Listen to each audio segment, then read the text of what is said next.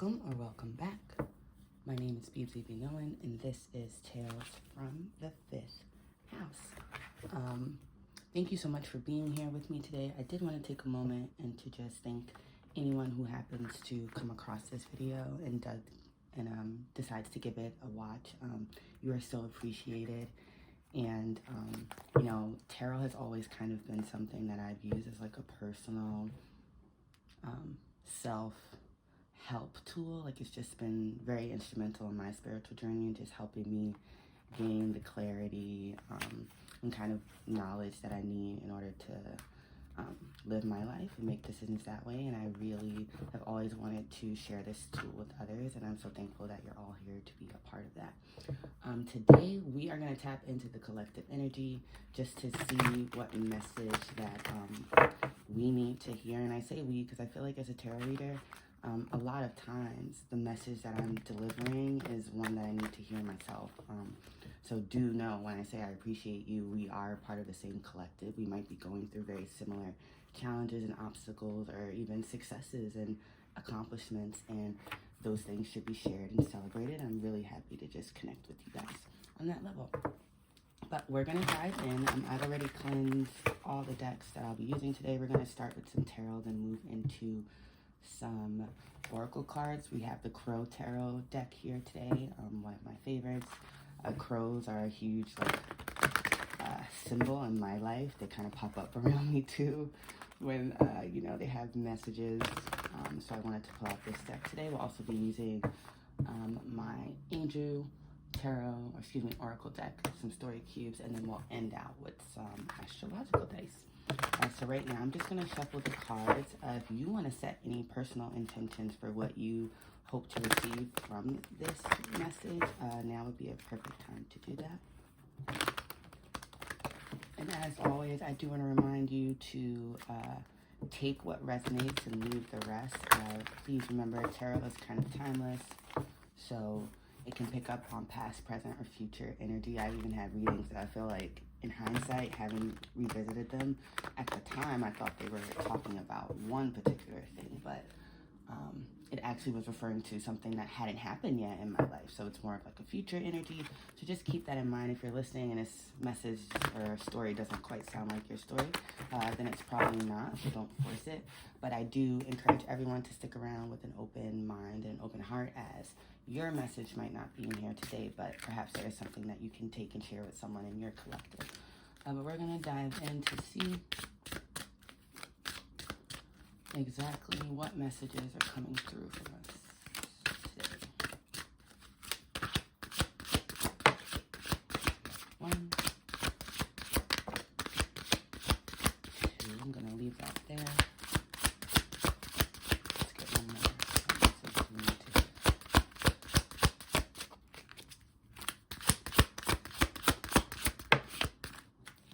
Three. At the bottom of the deck, we have the Knight of Swords, so I'm gonna leave that right there. First, I just want to take note of how the cards landed, where they are. I do think sometimes that could be symbolic and just really indicative of what the message is trying to convey. I'm just gonna kind of move these. So our first card out, let's see, is the Hierophant. Very, very, very beautiful card. I love the stained glass windows in the back. I'm like obsessed with stained glass windows. Yeah, very nice. Then we have the Hangman, followed by the Six of Swords, which kind of came landing like out on the Hangman. Let me pull these a little closer. Let's start with the Hierophant.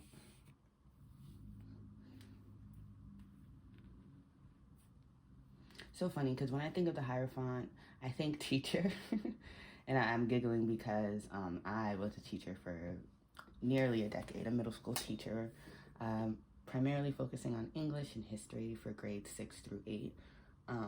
So this card reminds me a lot of myself, and it is a Taurus card, and I am also a Taurus. So it's just like, again, very personal message here, but I feel like maybe many of us in the collective are at the point in our journey where we either want to start teaching and just maybe just sharing more of what we've learned, having experienced whatever it is that you've gone through. I think sometimes we forget that experience is the best teacher.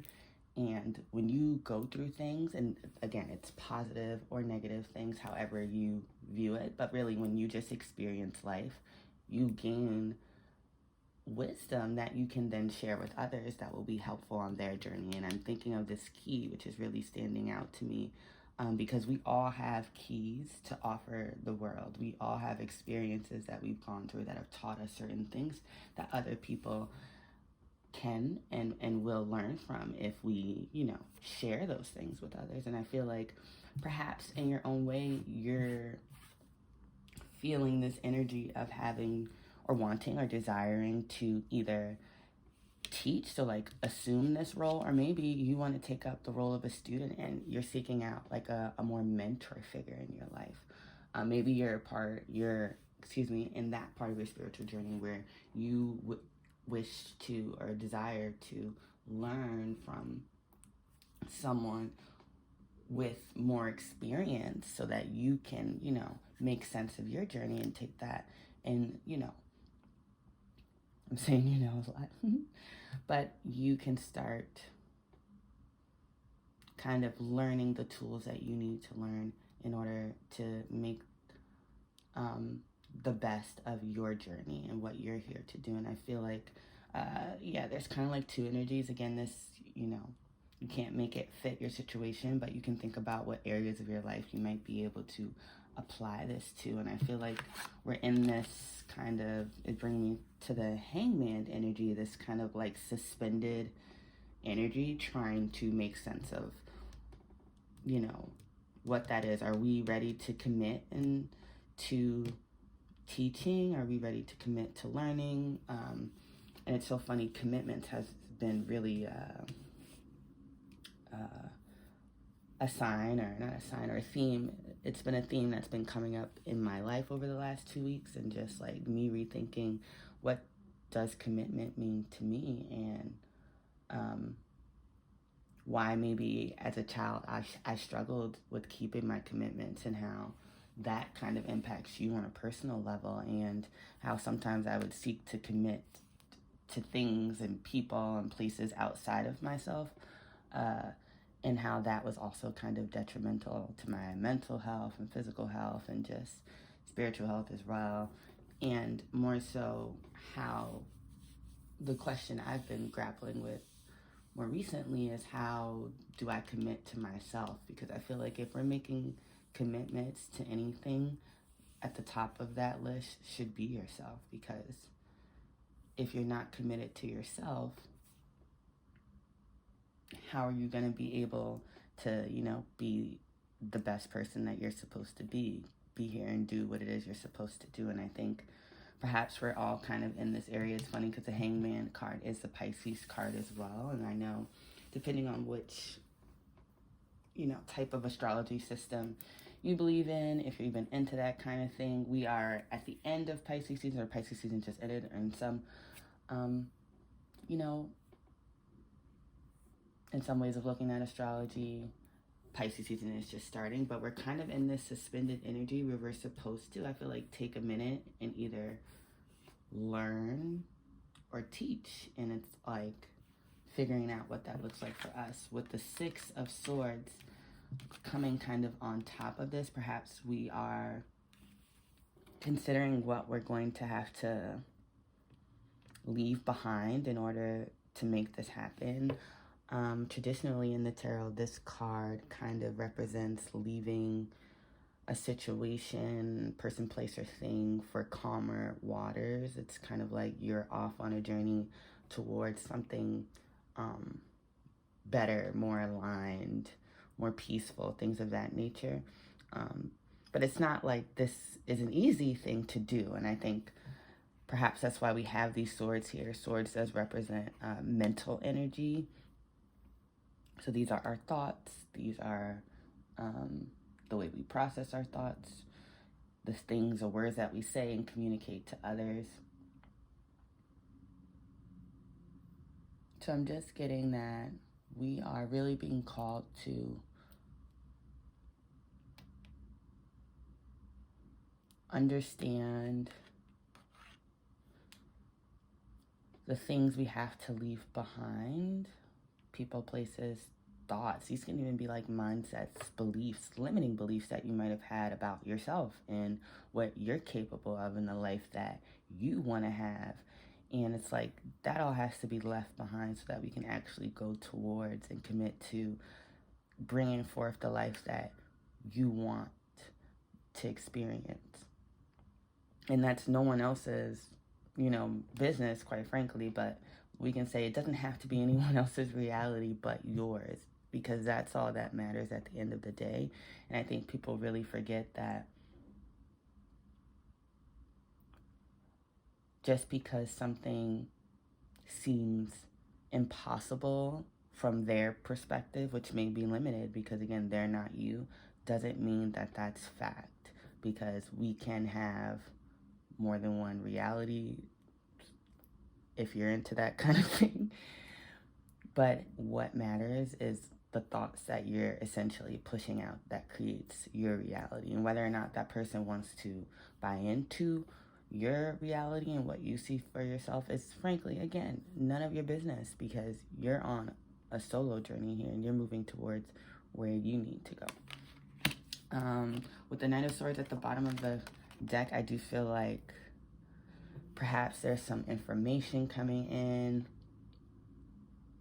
some type of communication, some type of news that's really going to make this very clear to you. It's going to kind of bring you the clarity that you need to, I think, be able to understand what it is that you need to commit to. And again, hopefully that main commitment is to yourself, but it can also be to, again, just making sure that you're bringing forth the life that you want to experience and that you're very clear on what that looks like for you. And if you're not, perhaps you are aware enough to go find a source where you can kind of learn and figure out what that is. Let's see. I'm feeling called to pull one more tarot card, and I'm just thinking of a question that I think would be fitting for this. Ooh. We have two kind of wanted to come out, but I'm not going to take those.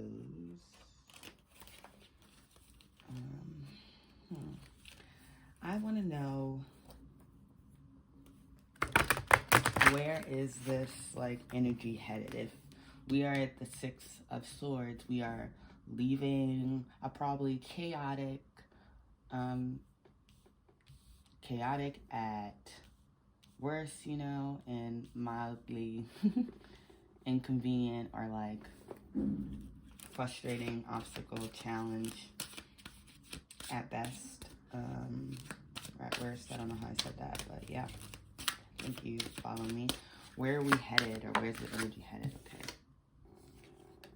and we have here the Eight of Cups. I'm just gonna hold this up. So yeah, I feel like it's heading towards again, really solo, internal, kind of like self journey into your actual thoughts and desires and the things that you want to experience with this life that you've been given. Because I think we tend to forget that at the end of the day, we're here to live our singular lives. And yes, we are all connected. We're part of a collective. There are certain things that you see for yourself that are part of your vision because you are put here to make it happen. And now's the time to really get clear on what that is. And the main way you get clear on that is to know yourself and to spend time with yourself and to learn who you are and why you are the way you are, so that you can, again, make the best decisions that are aligned with you and your purpose. Oh, I love it. And at the bottom of the deck, we have the Queen of Wands. Queen of Wands, very confident, fiery energy. I believe this represents like Leo, but that could be Aries and Sagittarius as well. But we do have the double lions on this card. It's just really screaming Leo energy, and it's like, again, I feel like a lot of times Leos get a really bad rap for their confidence and just like, I would say they're, how they're able to be so authentic. I think, and unapologetically authentic at that, that I think sometimes intimidates certain people and makes certain people uncomfortable, if they're not also kind of at that level of just, I don't know, feeling themselves. Like Leos feel themselves, and I kind of love the energy. But that kind of level of self-assuredness and self-confidence, it could be intimidating when encountered with this energy, but I feel like we all have things that we should be proud of. I think, again, a little pride in self is not a bad thing, and I feel like ego and kind of what that represents sometimes gets a bad rap as well. But we forget, like, ego is the self, and it's very important to know thyself and know who you are, and then to be that. And I feel like that's the call that we're all kind of getting. I know I'm saying the call, that's been another like theme just over the past few weeks for me. But yeah, very interesting energies. I'm gonna put this right here. Oh, and I love it. At the bottom of that, we have the 3 of Cups. I'm really looking at this. It's reminding me of like laurels, like prizes, victory, and every crow on this deck has a cup. And I feel like when you are making sure, you know, if we connect this back to earlier comments about commitments and just what are we emotionally committing to, what are we attaching ourselves to, if you want to look at it that way as well. When we make sure we are our first commitment and we are committing to doing the things that we desire, obviously nothing crazy, you're not out here just harming people, trying to bring your desires forth, but you are moving from an authentic kind of heart space. You attract people who are also doing the same thing, who have their own cups, and you can all kind of share in that energy together. So something to keep in mind. Right now I'm gonna pull from my Angel Oracle deck. Very interesting energy.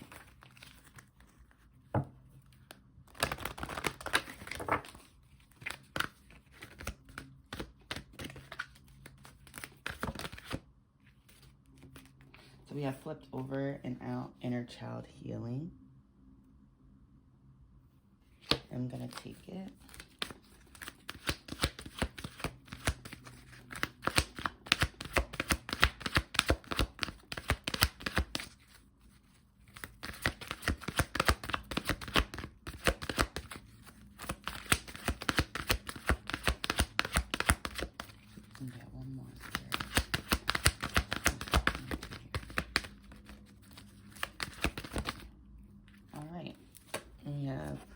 Honesty and communication flipped over, so I'm going to take that. And at the bottom of the deck, it has listen deeply. Yeah, so I really feel like we're the message here is that it's time for those of us in the collective to really just get very clear and honest with ourselves on what exactly we desire, what it is that we want, who we are, who we want to be. Like, just get really clear and honest about that. And don't judge yourself for having your desires, because if you have them, the chances are that you can, you know, make it happen. That's why you've been given those specific desires. That's why you want those things. You're trying to align with what is inside of your heart. And in order to do that, you have to be very honest. You have to like know who you are, learn yourself. So I feel like we're just being called to really take the time to learn, or review or evaluate kind of our commitments, our thoughts sometimes, and I'm getting our self-limiting thoughts about who we are and what we're capable of, and leave all of that behind so that we can actually bring forth these desires. Because again, if you have them, they're for you to have. And maybe there's some inner child healing that needs to be that needs to happen or is happening. I'm hearing like is happening actually for a lot of us. right now. Perhaps you didn't always feel like you could commit to yourself or commit to things or have the life that you desire because of maybe some experiences that you've had in your childhood and who you've kind of been socialized to believe you are when it's not actually aligned to who you are. And I think that's why we're being called on to listen deeply. This is a real internal kind of inner work that needs to happen right now. And that's not to say, obviously, community is not important or not there. It's definitely here. Again, with the Three of Cups here, it's definitely needed. But I feel like to get to this point and to align with people who also have their own cup, so they're not just taking from yours. It's a reciprocal kind of shared energy. In order to align with people like that and just connect with your soul tribe, you need to listen deeply and understand who you are, know who you are. So when it's mirrored back to you, it's because we're all part of the same stuff. We're all from the same source. We're all connected. When it's mirrored back to you, you'll recognize it and you'll be able to, again, experience it and celebrate it and be celebrated as well. Right now, I'm going to pull, or roll rather, some story dice.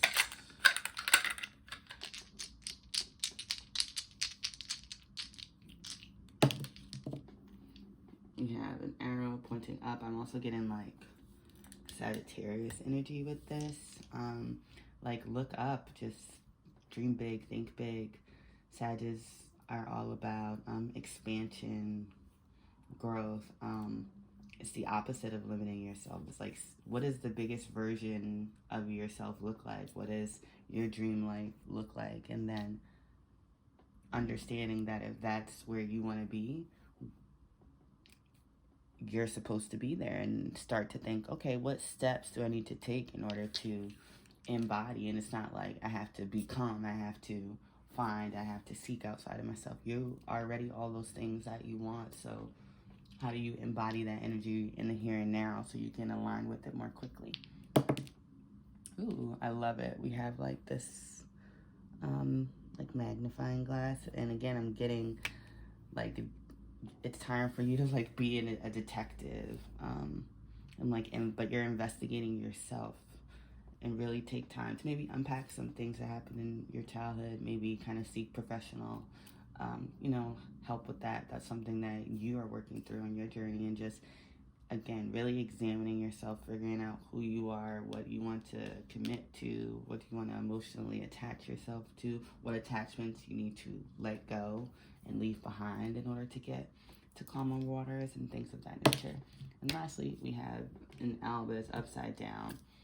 It's so funny because, taking an L, a loss, but it came upside down, and I think it's more so about turning those experiences, taking you back to that first bit about experience is the best teacher, and perhaps you're being called to spend some time reflecting on your personal experiences and understanding what it is that you can learn from that. So it's not an L, it's not a loss, it's a lesson.